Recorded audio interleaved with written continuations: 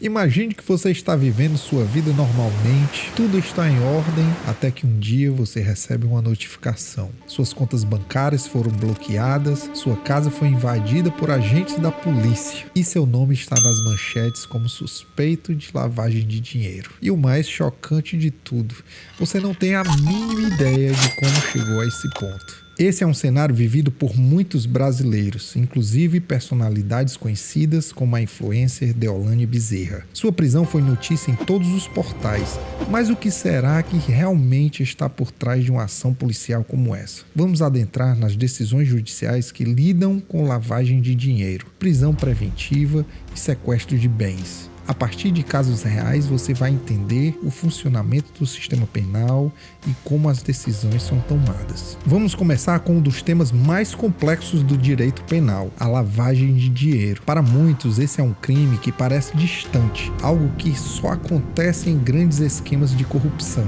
máfia ou tráfico internacional.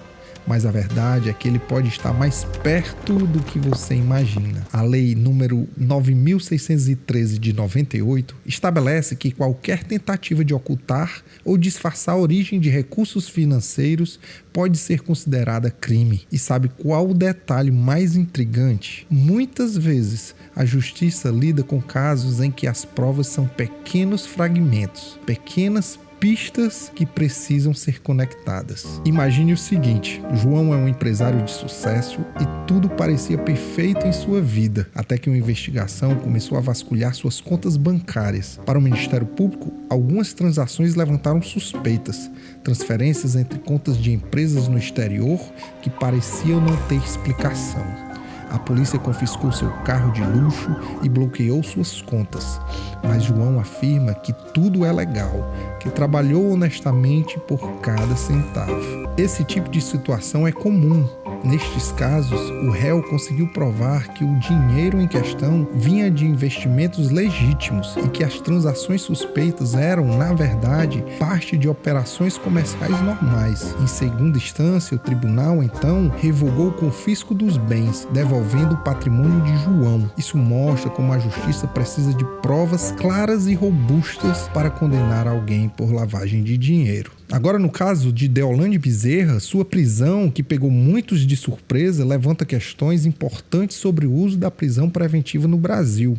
Quando você pensa em uma prisão, talvez imagine que ela só aconteça após o julgamento. Mas a verdade é que, em alguns casos, a prisão preventiva pode ser decretada antes mesmo de qualquer condenação. A prisão preventiva é uma carta de precaução. Ela pode ser aplicada quando há risco de o acusado fugir, destruir provas ou até mesmo influenciar o andamento das investigações. No caso de Deolane, a prisão pode ser justificada, entre outras razões, pelo fato dela ser uma figura pública de grande influência. Os investigadores podem temer que, em liberdade, ela pudesse interferir nas provas ou usar seu poder midiático para afetar o curso do processo. Existem diversas decisões em que o tribunal manteve a prisão preventiva por razões como essa. Um exemplo é o caso de um empresário, cuja prisão foi mantida porque ele tinha ligações poderosas e poderia usar sua rede de contatos para manipular testemunhas. No entanto, a prisão preventiva é uma medida extrema que só deve ser usada em casos em que os riscos são claros e comprovados. Em outro caso,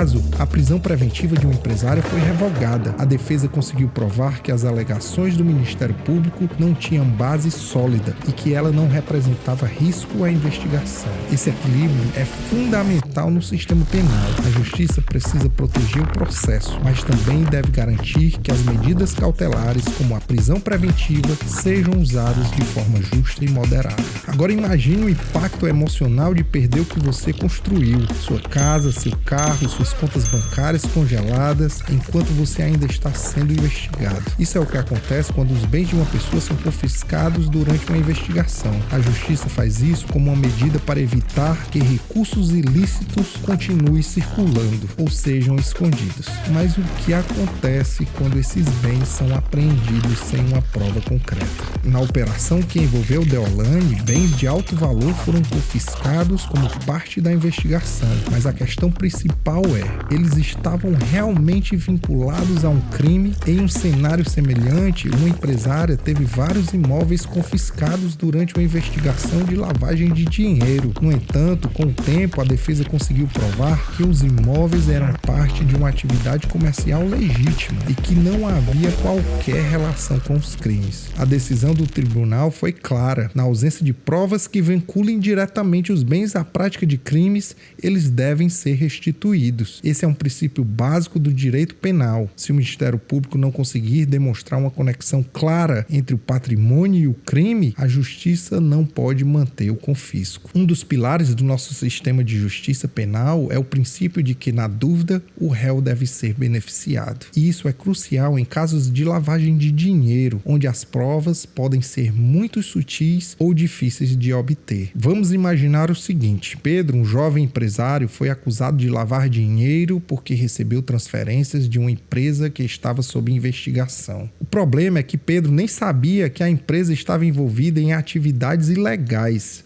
Para ele, tudo parecia um negócio legítimo. É comum encontrarmos situações como essa, como um caso que envolveu um empresário acusado de lavagem de dinheiro com base em transferências bancárias suspeitas. No entanto, ao analisar as provas, percebe-se que não havia evidências suficientes para condená-lo. A decisão foi de absolvição, já que as transferências poderiam ser explicadas por atividades comerciais lícitas. Enfim, o que isso nos mostra? Que em crimes complexos como a lavagem de dinheiro, a ausência de provas concretas pode ser o fator determinante para uma absolvição. No caso de Deolane, se não houver evidências suficientes que liguem seus bens ou suas atividades ao crime e mesmo assim ela venha a responder um processo criminal, ela também poderá ser absolvida. E esse é o equilíbrio que o sistema penal precisa manter: proteger a sociedade, mas também garantir que a justiça não seja feita com base em suposições ou acusações infundadas. E agora que já entendemos melhor os bastidores dos processos criminais, podemos refletir: será que a justiça é sempre justa? Será que as prisões preventivas e o confisco de bens são usados de maneira correta? Ou será que às vezes a pressão da mídia e a exposição pública acabam influenciando o rumo do processo? No caso de figuras públicas como Deolane Bezerra, a exposição midiática pode tanto ajudar quanto prejudicar.